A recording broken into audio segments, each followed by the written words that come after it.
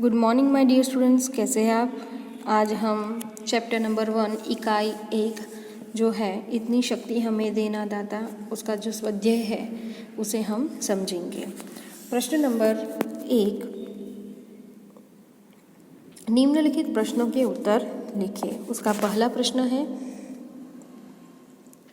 हमें कैसे रास्ते पर चलना चाहिए, क्यों।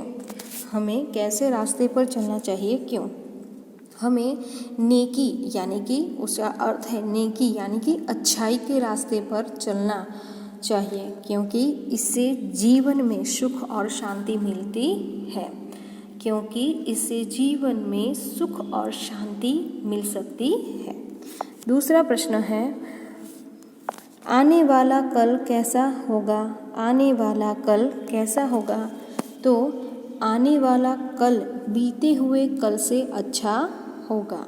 आने वाला कल बीते हुए कल से अच्छा होगा। फिर तीसरा प्रश्न है, हम ईश्वर से कैसी जिंदगी की कामना करते हैं। हम ईश्वर से कैसी जिंदगी की कामना करते हैं।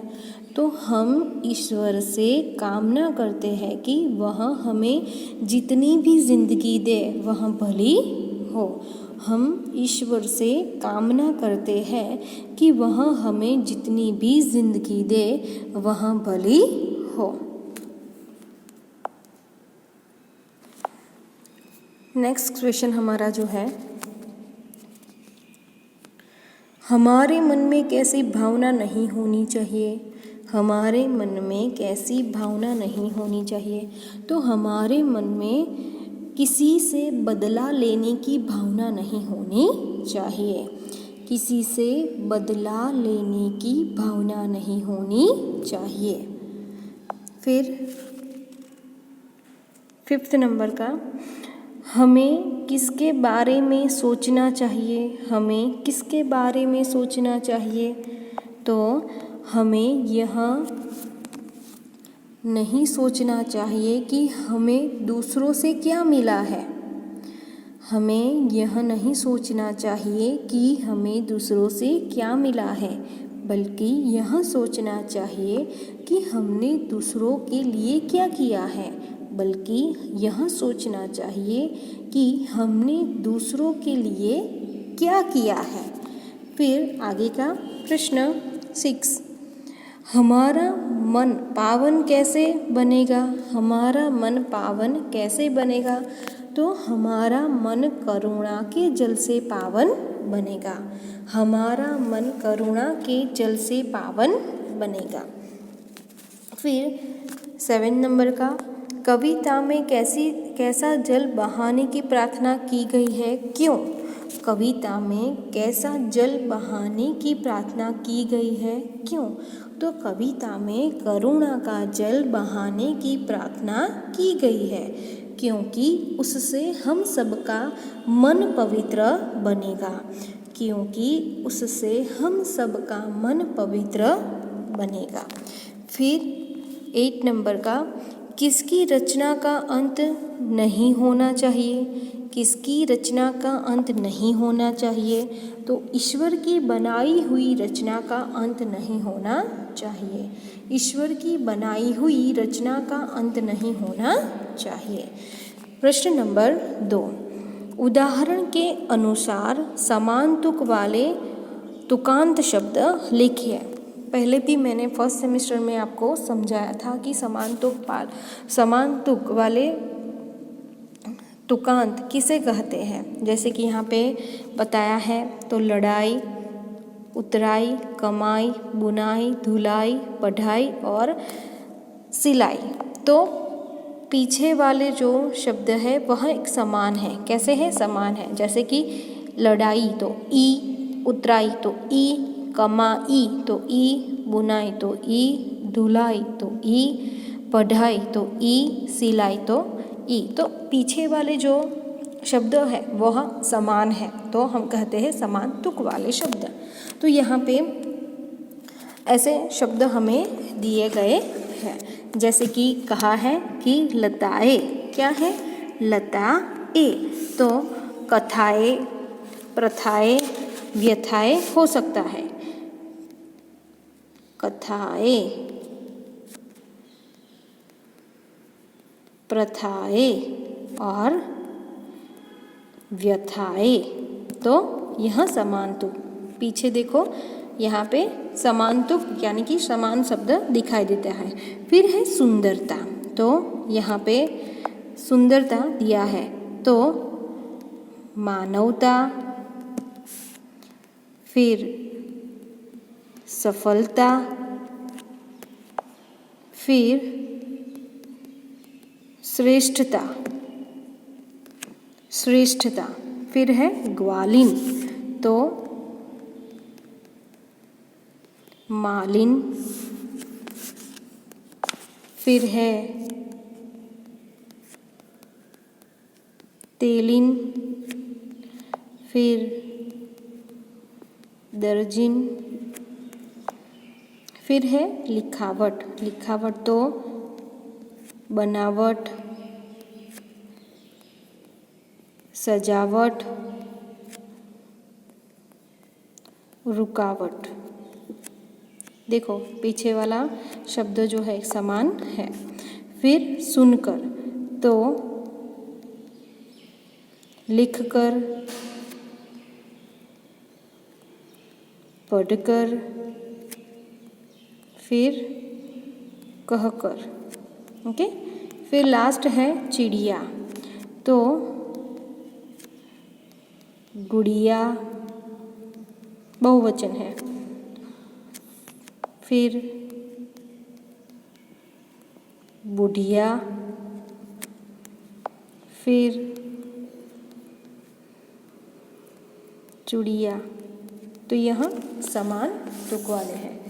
ओके, आगे का प्रश्न हम समझते हैं।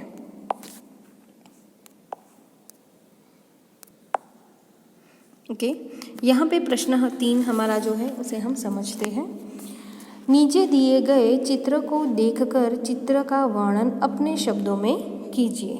नीचे दिए गए चित्रों को देखकर चित्र का वर्णन अपने शब्दों में कीजिए। यहाँ पर जो चित्र दिया गया है वह है समुद्र के तट का दृश्य है। क्या है? समुद्र के तट का दृश्य है। तो समुद्र में एक नाव है, समुद्र में एक नाव है जिसके पाल पर ध्वजा फहर रही है। 2 व्यक्ति नौका विहार कर रहे हैं। एक लड़का जो है वहाँ तैर रहा है। एक लड़का गेंद से खेल रहा है। उसके पास एक महिला खड़ी है। तट पर एक लड़का पतंग उड़ा रहा है। एक लड़की हाथ में थैली लिए घूम रही है। 2 लड़के रेत से घरौंदे बना रहे हैं, मिट्टी का घर। फिर एक गुब्बारे वाला खड़ा है। एक लड़की मुंह से फुफक कर गुब्बारे में हवा भर रही है। आइसक्रीम वाला गाड़ी लेकर खड़ा है। एक महिला उससे आइसक्रीम खरीद रही है। पास में उसका बच्चा खड़ा है। बाईं तरफ कोने में छतरी के नीचे मेज कुर्सी लगाए 2 व्यक्ति बैठे हुए हैं। पास में नारियल के 2 वृक्ष दिखाई दे रहे हैं। पास में 2 नारियल के वृक्ष दिखाई दे रहे हैं। ओके, अब हम प्रश्न नंबर 4 समझेंगे। निम्नलिखित परिच्छेद का मातृभाषा में अनुवाद कीजिए। तो यहाँ पर हिंदी में पैराग्राफ दिया गया है, तो हमें मातृभाषा में अनुवाद करना है।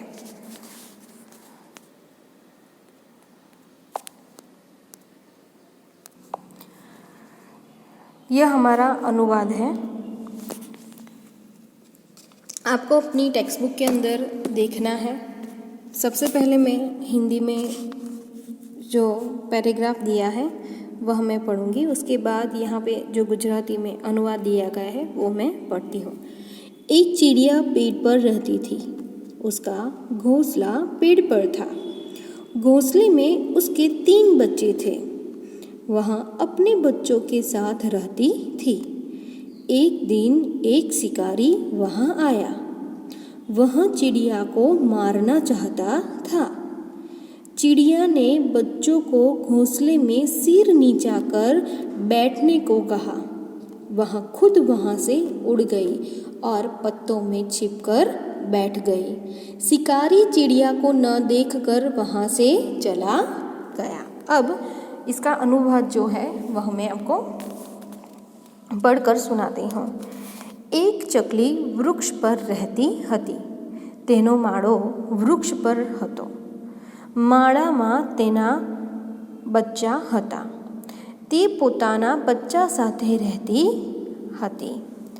એક દિવસ એક શિકારી ત્યાં આવ્યો। ચકલીને મારી નાખવા ઈચ્છતો હતો। ચકલીએ બચ્ચાને માળામાં માથું નીચું કરીને બેસવા કહ્યું। તે પોતે ત્યાંથી ઉડી ગઈ અને પાંદડામાં छिपाઈને બેસી ગઈ।